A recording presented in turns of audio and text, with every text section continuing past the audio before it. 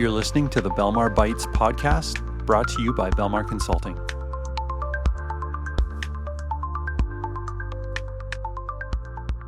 Okay, Matt, here we are. Episode number 3. Excited to be How's your day back. going? So far, so good. Scott, it looks like you're sitting in a beautiful looking office today with a brick wall. There we You've go. got all of the virtual backgrounds. Well, this is a virtual background that Riverside prompted me with, so I went for it. But it's exciting to be on episode 3, and lots of things we can talk about. Lots going on in the industry, and we're seeing a lot of fun stuff happen within the organization as well. So why don't Totally. why don't we kick it off with just start with an idea.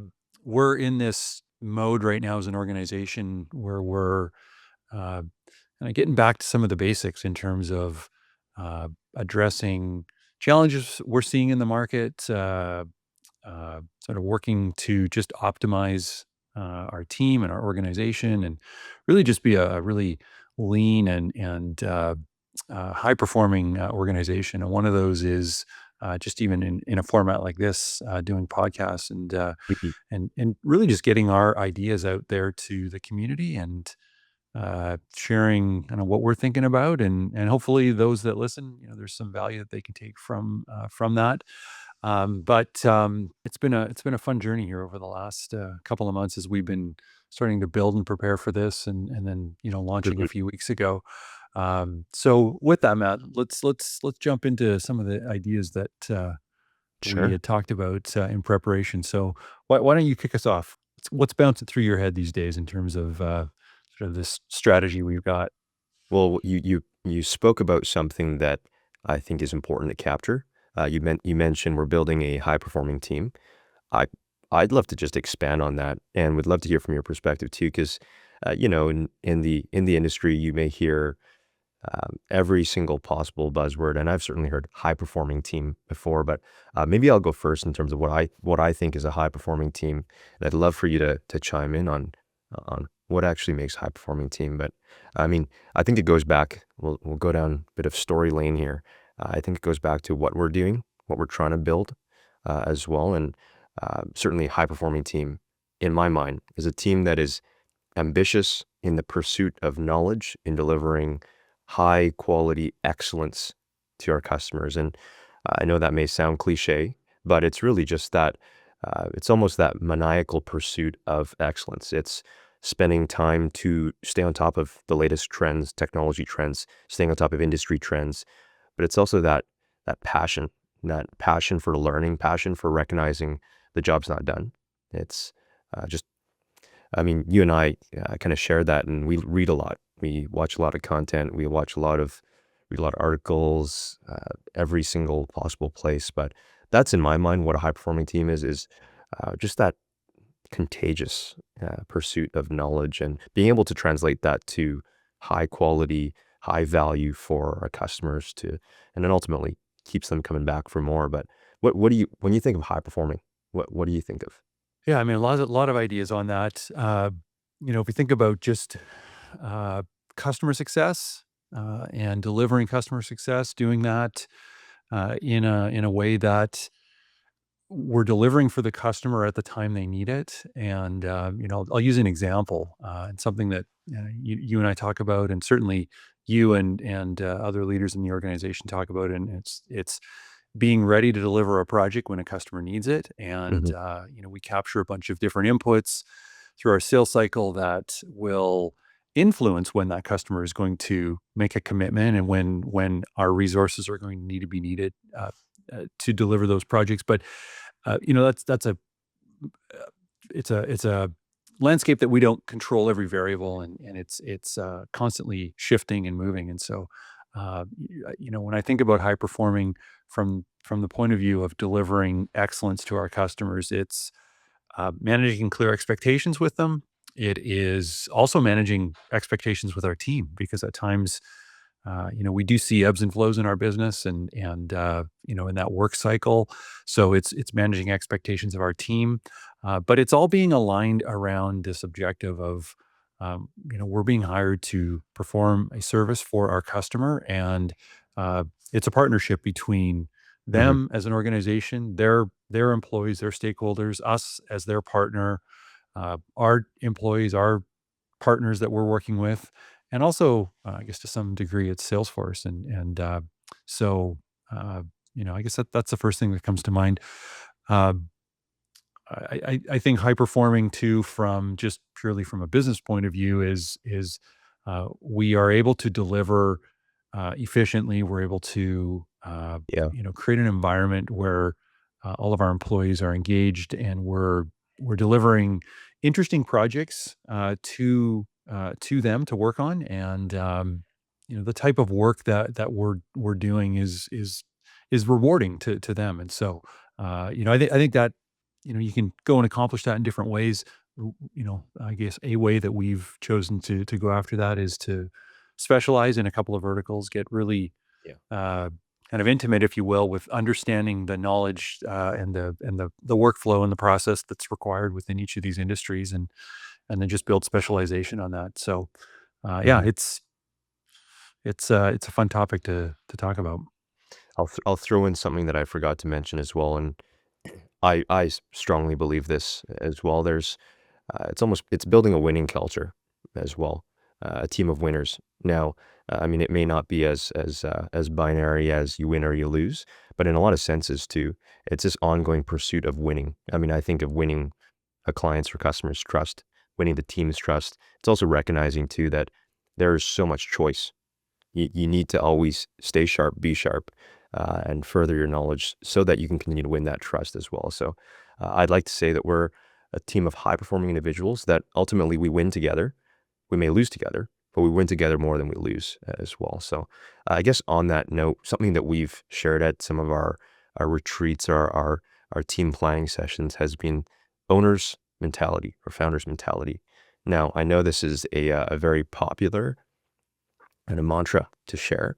I'm curious from your perspective, when you think of founders mentality, help me unpack that. What does that mean to you when you talk about founders mentality, and why is it one of our core values? Our organization today is different than it was 2 years ago, which is, very different than it was 2 years before that. We have, certainly going, kinda looking at maybe a 5 to 6 year time horizon. We saw a real scale up in the organization, and many of our competitors, we saw the same thing, and the need to do more with less in the current uh, environment that we're in. Uh is challenging. It's something that I know we've struggled with at times. I know many of our competitors and slash colleagues out in the market have struggled with the same thing. And so a strategy is this idea of everybody is think of it as an owner. Work within the organization as though you were an owner in that organization, and um, I heard a interesting way to think about this, within what's happening right now within the U.S. federal government and the impact that Doge is having. And one particular organization that was being cited was NASA, and how just the layers of leadership that they had really got the organization to this point where just decisions couldn't be made in many cases, and if they could, it just took forever to have those decisions made. So, another way that I think about owners' mentality is like, just let's push decisions right down to the people that need to make the decisions, and just remove obstacles for people to get high quality work completed, enable them, equip them, empower them to just make decisions. And I don't have 100% success rate of making great decisions, nor do you, nor does anybody. So the expectation is like, make the best decision you possibly can, and just we will work through the consequences of that. So that's how I think about it. I'd be interested in your perspective on that same question. It kind of reminds me of, so when I was growing up, my my good parents would try to instill in me these values of personal responsibility, personal ownership. Um, and one example I can think of is they would give me kind of a toy or whatnot to play with, and they made it very clear: if you break it, Like, it's your toy. Like, you got to take care of this. And I mean, you can apply this to anything. The toy that I'm talking about, maybe many people might not have had that, but it's just, you've got to take care of this. It's kind of like when I don't know if you've ever had a dog before, but especially in the early years, it's okay. This is your dog. You take care of them. You clean up after them. This is your responsibility. And I kind of equate that to owner's mentality. Everybody's got this kind of vested interest in seeing the success, but also when we win, we all win. When we lose, we all lose, and it hurts everybody just as much, and it makes everybody happy just as much as well.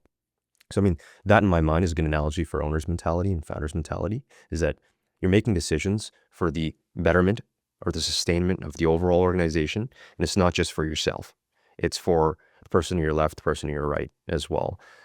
And I think it's almost this, it kind of goes above just the words on the screen when you say it as well. And I've seen that. I've seen our team come meet that challenge of making sometimes very difficult decisions in the betterment of making sure we're delivering the right solution for a customer as well. On the flip side, being able to apply a bit of tough love to the team as well, just in the nature of, I need to see you grow because this is going to be better for all of us together. Yeah. So I think it really just completely eliminates what I think is a real struggle in all our organizations, this oven mitts mentality, where you're too scared to really touch the sensitive stuff. So you're Right. touching it with oven mitts. You don't want to get burnt. When you do that, you can't give any feedback. And when you can't give feedback, how are you supposed to grow? It's kind of like, again, nothing wrong with this. It's kind of like participation ribbons. I personally, I don't love That's participation a pet ribbons. peeve, Matt? No? You don't like Oh, those?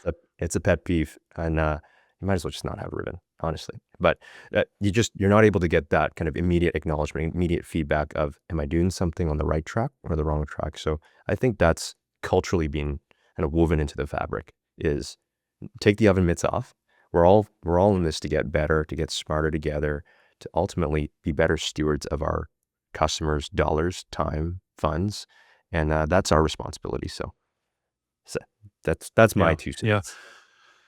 Yeah. No, I think those are good points. And yeah, the oven mitt analogy is one I haven't heard for a while. It's gonna probably be thinking about that tonight as I'm taking something out of the oven. And so yeah, good example to use. All right, let's shift gears.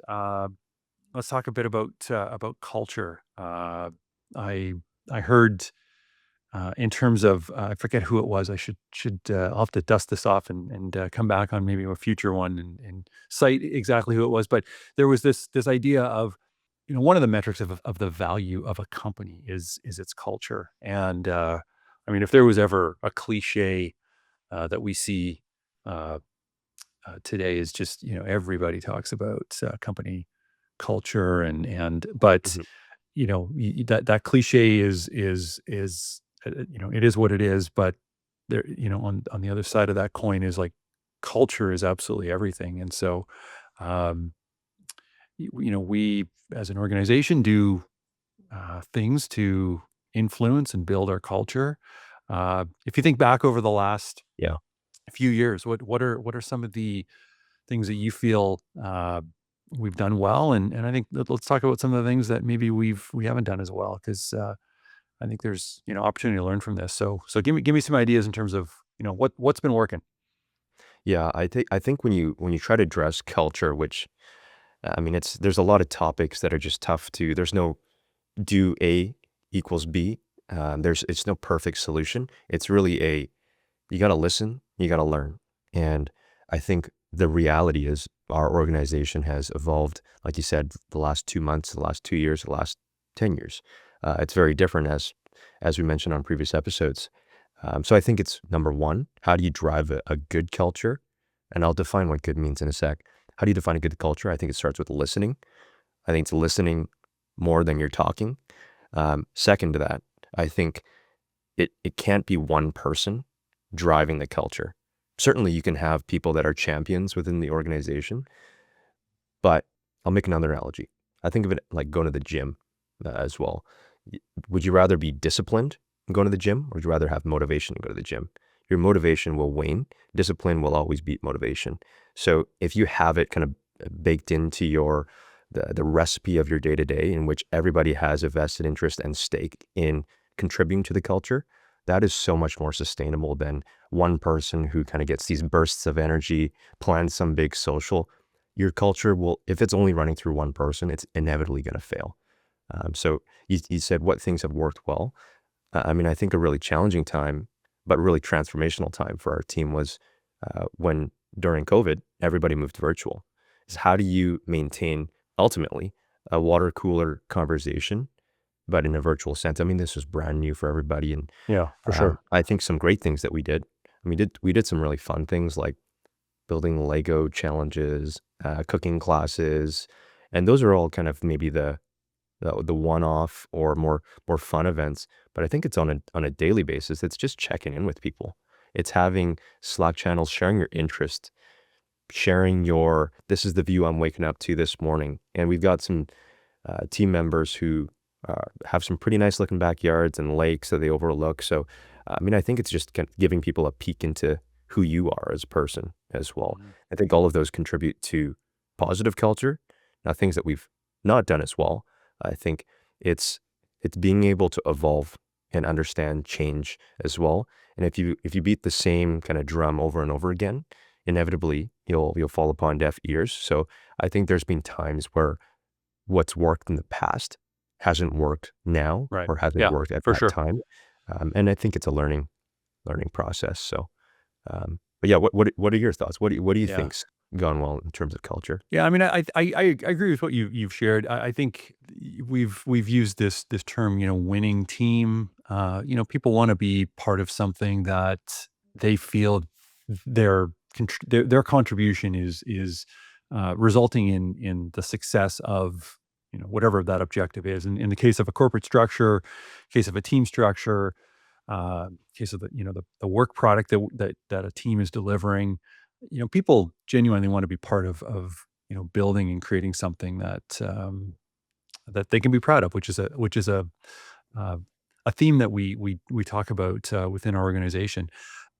I I I think that on this topic of culture and having the company having to respond to market conditions, the company having to respond to the seasonality of business, Mhm. at times having to make, really challenging decisions. I think for me, the one thing I feel we have done really well is we have been genuine in terms of communicating the reasons for certain decisions being made, whether those are decisions that are leading us in a direction that is perceived as positive or the opposite. So just being authentic and creating I guess an experience for everybody who is involved, where uh, they believe what the leaders in the organization are communicating and what the motivations of those are.